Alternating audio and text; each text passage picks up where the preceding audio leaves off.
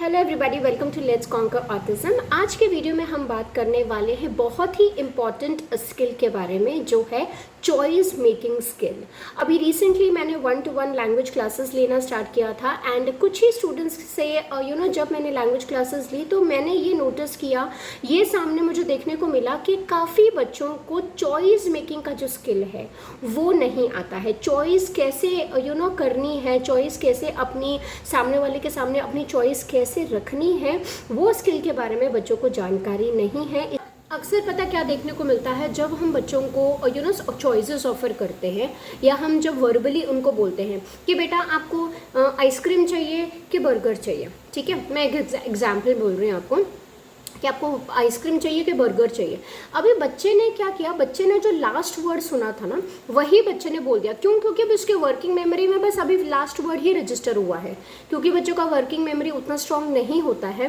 तो जो पहला चॉइस दिया गया था वो बच्चे को याद ही नहीं रहा, और जो सेकेंड चॉइस हमने ऑफर किया था, क्योंकि वो रिसेंट इन्फॉर्मेशन हमने बच्चे को दी थी, तो वही उसके दिमाग में स्टोर हुई और इसलिए हमने जो बच्चे को लास्ट का ऑप्शन दिया था वही बच्चे ने चूज कर लिया। और ये अक्सर होता है, आप भी अगर अपने बच्चों के साथ में ट्राई करके देखेंगे तो काफ़ी बच्चों में आपको ये प्रॉब्लम नजर आएगी कि जो भी अगर हम कुछ पूछ रहे हैं कि आपको चॉकलेट खानी है कि आपको पॉपकॉर्न खाना है, तो पॉपकॉर्न बोल देगा। अच्छा, आपको आइसक्रीम चाहिए कि बिस्किट चाहिए, बिस्किट चाहिए। जो लास्ट का जो ऑप्शन है ना वही बच्चे बोल देते हैं, ठीक है। ये बहुत ही कॉमन प्रॉब्लम है। क्यों? क्योंकि बच्चे को चॉइस मेकिंग का कंसेप्ट पता ही नहीं है। उनको यही नहीं समझ में आ रहा कि हमको इन दोनों में से जो हमें चाहिए वो चूज करना है। इसलिए मैंने सोचा कि ज़रूर मैं इस टॉपिक के ऊपर एक डेडिकेटेड वीडियो बनाऊंगी। मैं पेरेंट्स को कुछ टिप्स बताऊंगी, मैं पेरेंट्स को सिखाऊंगी कि आप अपने बच्चे को चॉइस मेकिंग का जो स्किल है वो कैसे सिखा सकते हैं। बहुत ही इंपॉर्टेंट स्किल है। तो without wasting time let's start with the video. देखिए, चॉइस मेकिंग मतलब क्या होता है। चॉइस मेकिंग मतलब अगर आपको 2 ऑप्शंस दिए हैं, आपको ये चाहिए या आपको ये चाहिए, तो उसमें से बच्चा अपनी चॉइस का जो चीज़ है, ऑब्जेक्ट है, एक्टिविटी है, वो बता पाए, ठीक है। इस चॉइस मेकिंग मेरे हिसाब से एक बहुत ही इम्पॉर्टेंट एंड बहुत ही पावरफुल टूल पेरेंट्स के लिए एंड किड्स के लिए साबित हो सकता है। अगर बच्चे को चॉइस मेकिंग स्किल्स आते हैं, अगर बच्चा चॉइस कर पाता है, तो सबसे पहले तो वो अपने आप को एक्सप्रेस बहुत अच्छे तरीके से कर पाएगा, ठीक है। एक ये जो चॉइस मेकिंग स्किल है वो बहुत ही इंपॉर्टेंट रोल प्ले करता है लैंग्वेज डेवलपमेंट में भी।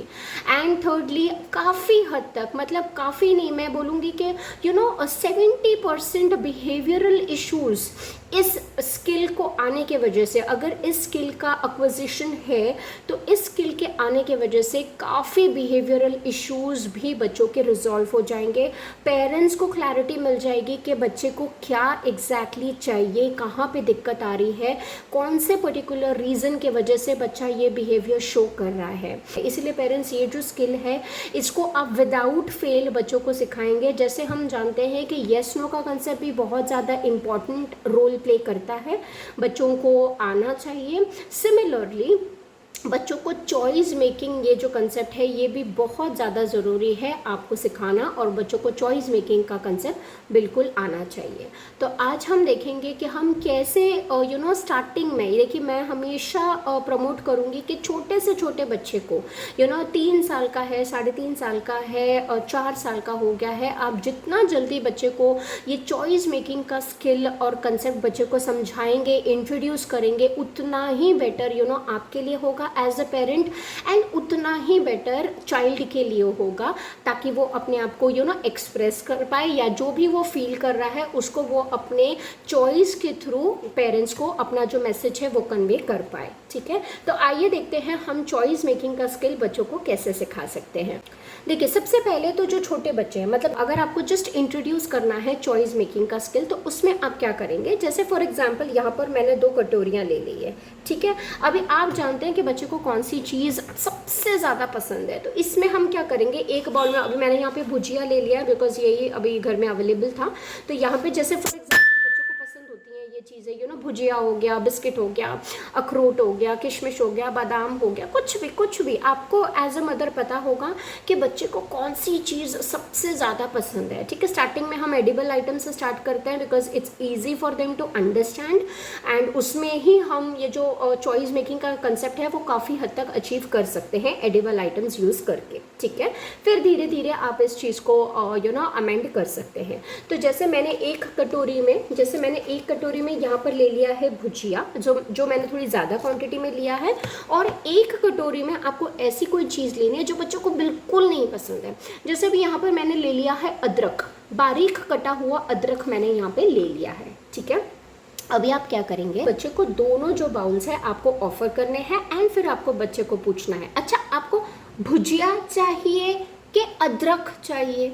जैसे बच्चे ने भुजिया का जो बाउल है उसको पकड़ने की कोशिश की या आपके हाथ से लेने की कोशिश की, आप तुरंत उसको बोल देंगे भुजिया, भुजिया। ठीक है, और अगर आपको लगता है बच्चा अभी 2 वर्ड फ्रेजेस में है या 1 सेंटेंस बोल पा रहा है, तो आप तुरंत उसको 1 सेंटेंस में लैंग्वेज फीड करेंगे, आई वॉन्ट भुजिया, या मुझे भुजिया दे दो। ठीक है, ऐसे करके।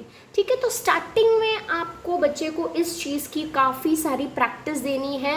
अगर आप चाहें तो अलग अलग आइटम्स भी बच्चे के साथ में यूज़ कर सकते हैं, बट मेक श्योर एक मोस्ट फेवरेट चीज़ है और एक जो बच्चा बहुत ज़्यादा हेट करता है या बच्चा बिल्कुल खाना पसंद नहीं करेगा, वो वाली आपको आइटम से स्टार्ट करना है। ठीक है, फिर कपल ऑफ सेशंस के बाद में आप नोटिस करेंगे कि बच्चा अपना जो चॉइस है विदाउट योर एनी प्रॉब्लम्स, अगर देखिए अगर बच्चा नहीं चॉइस कर पा रहा है, ठीक है, वैसे तो 70% कर लेगा क्योंकि उसकी फेवरेट चीज़ है, लेकिन फिर भी अगर बच्चा नहीं उस चीज़ को आइडेंटिफाई कर रहा है या कंफ्यूज हो रहा है, तो आप क्या करेंगे, आप उसका हाथ पकड़ के उसको जो ये बाउल है वो पिक करवाएंगे। मतलब हम इसको फुल फिजिकल प्रॉम्प्ट देना बोलते हैं।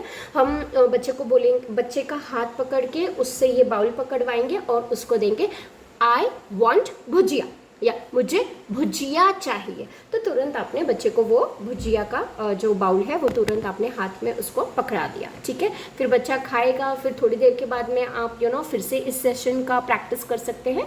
तो ऐसे कपल ऑफ डेज आप 10 डेज 12 डेज आराम से बच्चे को इस चीज़ की प्रैक्टिस देंगे। स्टार्टिंग में आपका टारगेट होगा कि बच्चा आप अपनी फेवरेट चीज़ सिलेक्ट कर सके, ठीक है, चॉइस कर सके, इवन इफ वर्बली नहीं कर रहा, जेस्चरली वो उठा सके।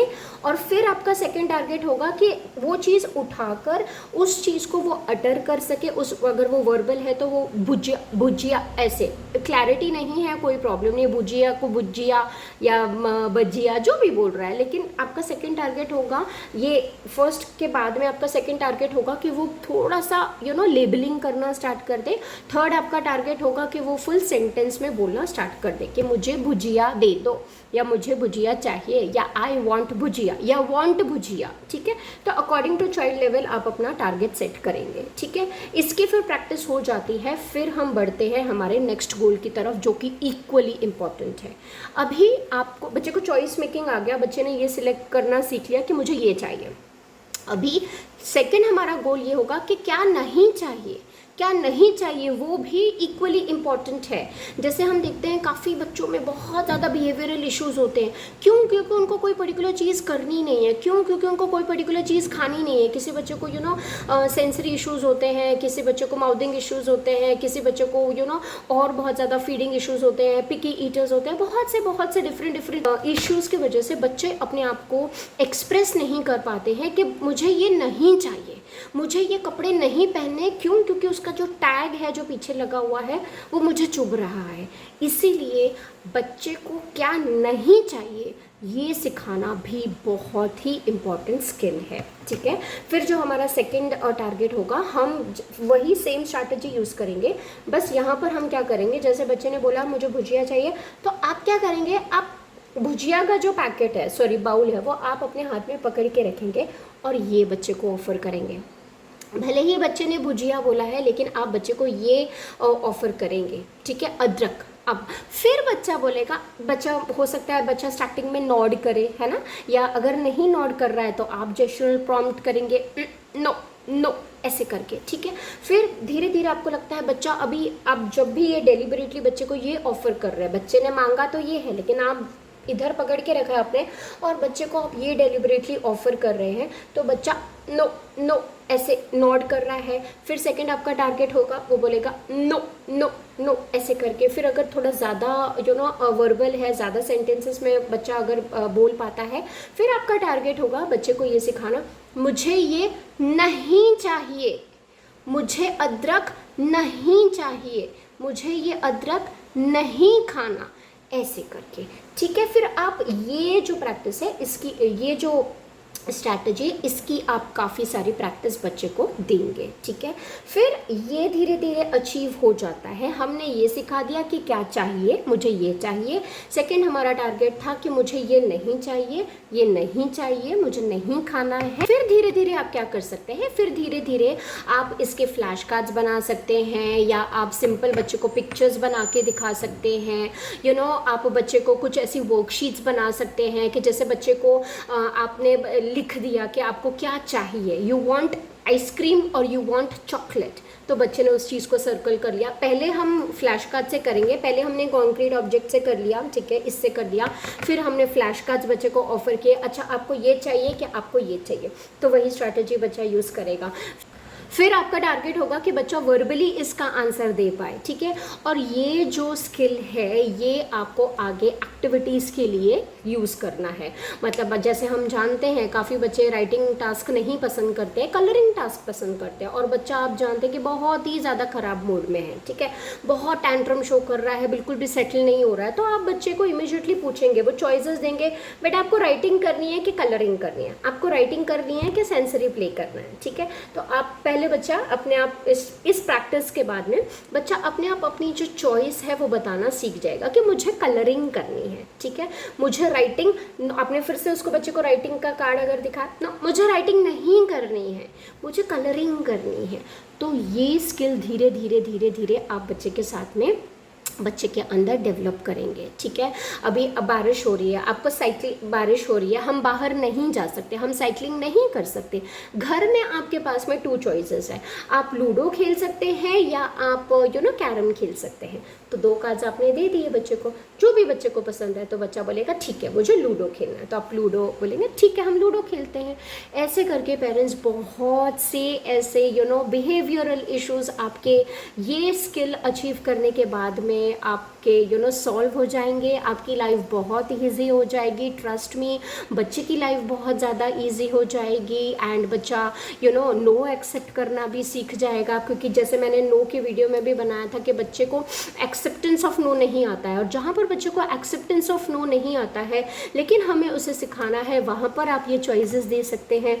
जैसे मैंने एग्जाम्पल में बोला कि विंटर सीजन है, हम स्विमिंग क्लासेस नहीं जा सकते, नो स्विमिंग क्लासेस, लेकिन उसकी जगह हम ये कर सकते हैं, उसकी जगह हम घर में बैठ के आराम से होम थिएटर में मूवी देख सकते हैं, पॉपकॉर्न खा सकते हैं, या फिर हम आपकी फेवरेट सेंसरी प्ले कर सकते हैं, हम आप सैंड प्ले कर सकते हैं, हम क्विलिंग की एक्टिविटी कर सकते हैं, ऐसे। So giving lucrative choices to kids, ठीक है। तो इस तरीके से फ्रेंड्स, आई होप आपको कुछ आइडिया आ गया होगा कि स्टार्टिंग में आप बच्चों को चॉइस मेकिंग का स्किल बच्चों को कैसे सिखा सकते हैं। आप प्लीज़ हर एक टारगेट के लिए आप एम्पल ऑफ प्रैक्टिस बच्चे को दीजिए। अगर आपको लगता है बच्चा 70% 80% उस चीज़ को मास्टर कर गया है, फिर ही आप अपने नेक्स्ट गोल की तरफ बढ़ेंगे। तो thank you so much for watching this video. I hope this video is helpful for all the parents. Please share with needy parents. Thank you so much. Let's conquer autism.